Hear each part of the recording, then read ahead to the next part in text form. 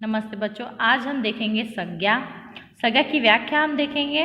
किसी व्यक्ति, वस्तु, स्थान या भाव के नाम को संज्ञा कहते हैं। क्या कहते हैं बच्चों? किसी व्यक्ति, वस्तु, स्थान, है ना। क्या हो गया यहाँ पर? थिंग्स हो गया, या कोई प्लेस हो गई, या कोई व्यक्ति, पर्सन हो गया, है ना। तो इनके नाम जो यहाँ पर आते हैं उसे कहते हैं संज्ञा। ठीक है बच्चों, जैसे कि एग्जाम्पल रोहन। रोहन क्या है? किसी व्यक्ति का नाम है। कलम क्या है? वस्तु है। बिल्ली क्या है? प्राणी है ना। आगरा क्या है? प्लेस है। ठीक है बच्चों, तो यहाँ पर हम कह सकते हैं किसी व्यक्ति, वस्तु, या किसी प्राणी या किसी स्थान का जहाँ पर नाम आता है, विशेष नाम आता है, उसे कहते हैं हम संज्ञा। ठीक है बच्चों, तो संज्ञा के भेद 5 है। संज्ञा के कितने भेद है? 5 में से 5 प्रकार है। पहला है व्यक्तिवाचक संज्ञा, दूसरा है जातिवाचक, तीसरा है समूहवाचक संज्ञा, चौथा है भाववाचक, पांचवा है द्रव्यवाचक संज्ञा। ठीक है बच्चों, तो इसमें से पहला जो है व्यक्तिवाचक संज्ञा, इसे हम देखेंगे। व्यक्तिवाचक संज्ञा देखिए बच्चों, जिस शब्द से किसी विशेष व्यक्ति, है ना, किसी विशेष व्यक्ति, वस्तु या स्थान के नाम का बोध हो। किसी विशेष व्यक्ति का, या तो वस्तु का, या तो स्थान का, है ना। विशेष व्यक्ति, वस्तु या तो स्थान के नामों का बोध हो, उसे व्यक्तिवाचक संज्ञा कहते हैं। जैसे कि एग्जाम्पल राम, ये क्या है? किसी विशेष व्यक्ति का नाम है। रोहन, गीता, शुभम, गंगा, हिमालय, है ना। तो ये सब क्या है? विशेष वस्तु है, विशेष व्यक्ति है, विशेष स्थान है ना। तो यहाँ पर ये होगी व्यक्तिवाचक संज्ञा। ठीक है बच्चों, उसके बाद हम देखेंगे जातिवाचक संज्ञा। दूसरा प्रकार है जातिवाचक संज्ञा। संज्ञा शब्द से उसकी संपूर्ण जाति का बोध हो, उसे जातिवाचक संज्ञा कहते हैं। जिस संज्ञा शब्द से क्या हो? उसकी संपूर्ण जाति का बोध हो, है ना। जैसे कि एग्जाम्पल यहाँ पर देखिए, मनुष्य, नदी, नगर, पर्वत, पशु, पक्षी, लड़का, कुत्ता, गाय, घोड़ा, भैंस, बकरी, नारी, गांव आदि, है ना बच्चों। यहाँ पर क्या होता है? इन शब्दों से हमें उनके जाति का बोध होता है ना।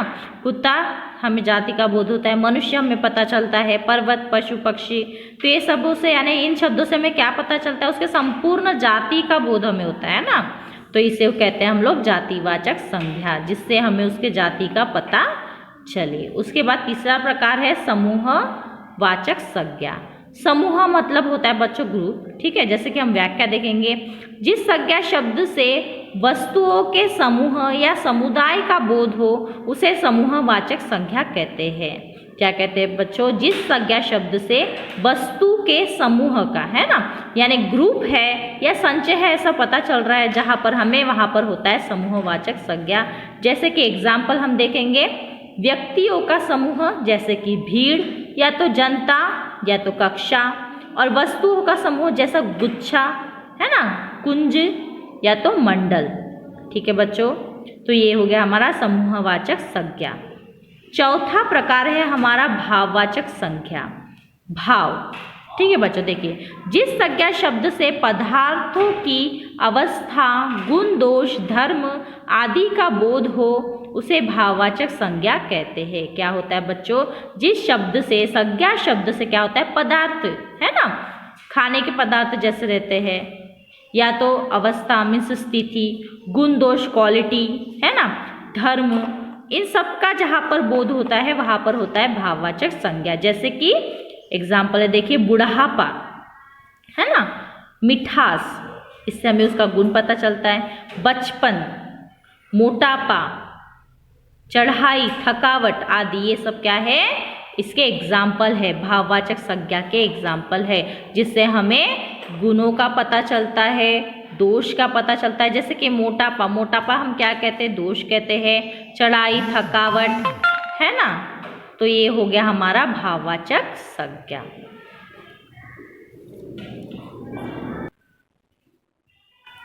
पांचवा प्रकार है द्रव्यवाचक संज्ञा। क्या है बच्चों?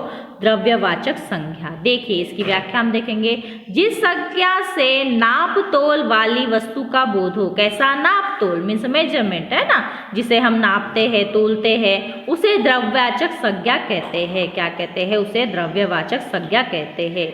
जिस शब्द से हमें क्या पता चले? नाप तोल के बारे में पता चले।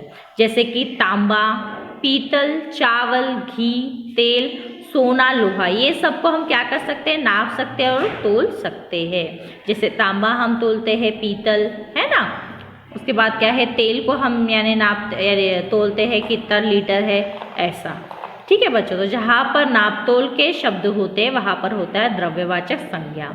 ठीक है बच्चों, तो यहीं पे हमारी संज्ञा समाप्त होती है। मैं आशा करती हूँ कि आपको संज्ञा और संज्ञा के प्रकार समझ में आ गए होंगे। धन्यवाद।